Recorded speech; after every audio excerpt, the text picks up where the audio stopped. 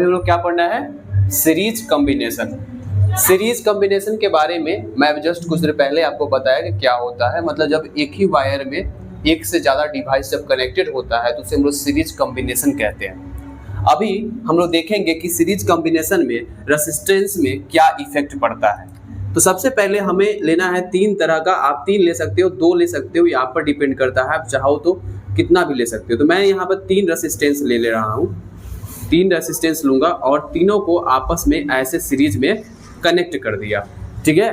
तो जब मैं कनेक्ट किया तो यहाँ से जो करंट निकलेगा उसको I कहेंगे, हमारा रेसिस्टेंस को R1, R2, R3 से रिप्रेजेंट करेंगे। ये R1, R2, R3 का क्या मतलब पहले ये जान लीजिए। कभी एग्जाम में आपको यहाँ पर लिखा हुआ रहेगा 2 ओम, यहाँ दिया हुआ रहेगा 5 ओम, यहाँ दिया हुआ रहेगा 6 ओम, तो कुछ इस तरह से क्वेश्चंस रहेंगे। तो इसीलिए R1, R2, R3 है, और जब वो और आगे कनेक्ट होगा तो इसे R4, R5, R6 होता है। तो मैं यहाँ पर 3 ही रेसिस्टेंस लेकर के चल रहा हूँ, इसलिए मैंने तीनों को आपस में कनेक्ट कर दिया। अब दूसरी बात क्या है कि यहाँ से वोल्टेज निकलेगा। वोल्टेज का काम क्या होता है ऑलरेडी बता चुके हैं। वोल्टेज एक तरह का क्या है, एनर्जी देने का काम करता है, ये समझ सकते हैं, वर्क डन कराने का काम करता है। कौन सा वर्क डन काम कराता है ये भी आप जानते हैं। इसमें यह क्या करेगा, यह जो है करंट का मतलब है जो Q है, Q/T जो हमारा करंट का जो फॉर्मूला है, वह पर सेकेंड में कितने चार्ज को एक जगह से दूसरी जगह तक पहुंच रहा है, फास्टली या स्लोली। और वोल्टेज क्या होता है, तो ये होता है वर्क बाई Q होता है। ये ऑलरेडी हम लोगों ने पिछले क्लासेस में डिस्कस कर चुके हैं, ठीक है। तो चलिए अब आगे समझ लेते हैं। हमारे पास क्या है कि कुछ इस तरह से लिखा हुआ है, हम यहाँ पर यूज करने वाले हैं Ohm's law. Ohm's law use करेंगे। ओम्स लॉ क्या कहता है, हम लोगों ने पढ़ा है V = होता है IR। ये फॉर्मूला हम लोग को दिमाग में रखना है ओम्स लॉ के अकॉर्डिंग, ठीक है। अब आगे क्या करते हैं, आगे हम देखें तो इतना दिमाग में रखना है कि अगर आप देखिएगा, आप सीधा सोचिए, थोड़ा दिमाग लगाइए। मान लीजिए कि यह जो है सो 2 ओम का रेसिस्टेंस है, तो अगर यहाँ से करंट जाएगा तो ये करंट यहाँ पहुंचेगा I, और यही करंट धीरे धीरे करके फिर आगे यहाँ पहुंचने वाला है, और यही करंट धीरे धीरे करके यहाँ पहुंचेगा। लेकिन जब यहाँ पर आएगा तो वोल्टेज कुछ बदल जाएगा। वोल्टेज कुछ बदलने का मतलब क्या है समझिए। जैसे हो सकता है कि ये 5 वोल्ट खाने वाला हो, ये हो सकता है 10 वोल्ट खाने वाला हो, और ये 15 वोल्ट खाने वाला हो। मतलब क्या है समझिए, मतलब ये है कि जब आप गाड़ी चला रहे हो, एग्जांपल देकर समझा रहे हैं, जब आप गाड़ी चला रहे हो और सामने ब्रेकर है, 3 ब्रेकर है, एक स्टेप बाय स्टेप करके, एक ब्रेकर यहाँ, एक ब्रेकर वहां, और एक ब्रेकर थोड़ा देर आगे, ठीक है। अब क्या है कि एक ब्रेकर बड़ा है और दूसरा ब्रेकर उससे भी बड़ा है, तीसरा ब्रेकर छोटा है, मान लीजिए ऐसा है। तो जो ब्रेकर जितना बड़ा होगा उसको अगर हम क्रॉस करना चाहते हैं तो हमें उतना ही जोर से धक्का मारना पड़ेगा, और हमें उतना ही जोर से एनर्जी मतलब उस पर लगाना पड़ेगा, ताकि हमारा गाड़ी क्या हो सके, उसको क्रॉस करके आगे जा सके। तो कुछ इस तरह से क्या हो जाता है, यहाँ वोल्टेज हर जगह पे थोड़ा बदल जाएगा। तो मान लीजिए यह वोल्टेज V1 खा जाएगा, या V2 वोल्टेज लेगा, या V3 वोल्टेज लेगा, क्लियर। और टोटल वोल्टेज हमारा क्या है, V है। तो हम अगर इन सभी को जोड़ देंगे तो हम इसको ऐसे लिख सकते हैं, V1 + V2 + V3, और ये टोटल मिला क्या हो गया, V हो गया। इसे हम आसानी से लिख सकते हैं। क्लियर हो गया बात यहाँ तक। अब चलिए आते हैं फॉर्मूला पे। अब V बराबर हम लोगों ने क्या पढ़ा है, IR पढ़ा है। मैंने यहाँ पे V = IR लिख दिया। अब V1 की जगह पे क्या हो जाएगा, तो यहाँ पे हो जाएगा I, और यहाँ पे R के जगह पे कौन है, तो R1 है, तो यहाँ हो जाएगा R1 प्लस इसमें V2 की जगह पे करंट तो वही है I, तो यहाँ हो जाएगा I, और रेसिस्टेंस की जगह पे क्या है, R2, यहाँ भी उसी तरह से हो जाएगा I, यहाँ हो जाएगा R3। तो कुछ इस तरह से हमने इसको लिख दिया, क्लियर। अब आगे क्या करेंगे, देखिए तो इसमें भी I है, इसमें भी I है, और इसमें सभी में I है। तो मैं सभी में से सभी को I को कॉमन ले लेता हूँ। जब मैं इसको कॉमन ले लूंगा तो यहाँ पर हो जाएगा R1 + R2 + R3। अब इस I से हम इस I को काट देंगे तो हमारा रेसिस्टेंस जो निकलेगा, इस रेसिस्टेंस को इक्विवेलेंट रेसिस्टेंस बोलते हैं। क्या बोलते हैं, R इक्विवेलेंट, मतलब टोटल मिलाकर के कितना रेसिस्टेंस हुआ। तो उस केस में हमारा जो इसका फॉर्मूला निकल करके आया, वह निकल कर कुछ ऐसा आया, R1 + R2 + R3।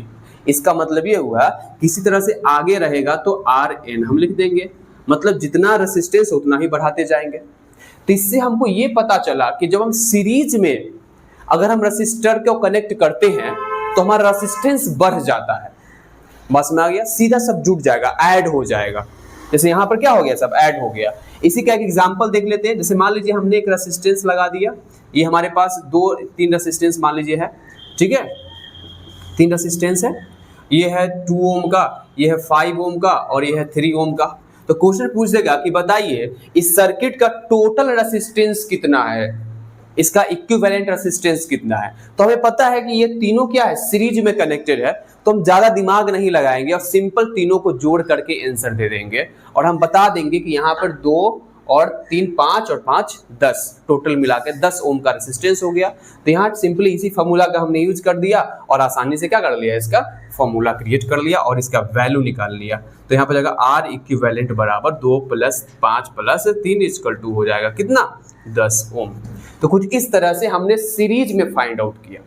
अब हम लोग देखते हैं कि पैरेलल में कैसा होगा, पैरेलल में क्या होने वाला है, ठीक है। चलिए इसको मिटा देते हैं। जब पैरेलल कॉम्बिनेशन होगा तो क्या होगा, तो मैं भी उसी तरह से फिर यहाँ पर भी 3 एग्जांपल ले लेता हूँ, 3 रेसिस्टेंस ले लेता हूँ। एक रेसिस्टेंस हमारा ये है, एक रेसिस्टेंस मान लेते हैं ये है, और एक और हमारे पास तीसरा रेसिस्टेंस ये है। तो कुल मिलाकर के हमारे पास 3 रेसिस्टर यहाँ पर भी लगा हुआ है, ठीक है, हम लगा दिए। ये हमारे पास R1, ये है R2 और ये है R3। सिंपल, ये क्लियर हो गया बात यहाँ पे। चलिए अब आगे देखते हैं। अब यहाँ से वोल्टेज भी कनेक्ट हो रहा है और यहाँ से करंट I निकला।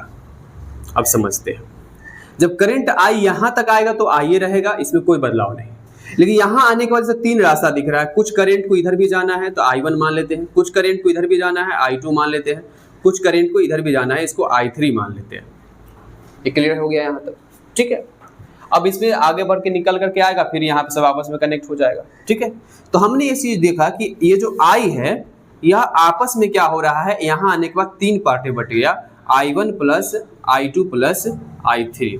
इस सब को जोड़ेंगे तो फिर से हमारा I मिल जाएगा, हमें हमारा जो शुरू में जो हमारा करंट था वो हमें प्राप्त हो जाएगा। अब हमारे पास फॉर्मूला क्या होता है, अगर हम यहाँ पर ओम्स लॉ यूज करेंगे तो हमारे पास फॉर्मूला होता है V = IR। तो यहाँ पे क्या दिया हुआ है, I हमें दिया हुआ है, I का वैल्यू निकालना है।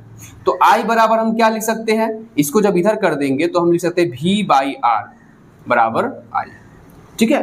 तो अब जहां पर I होगा मतलब करंट होगा, वहां पे हम वोल्टेज बाय क्या लिख सकते हैं, पोटेंशियल डिफरेंस बाय रेजिस्टेंस लिख सकते हैं।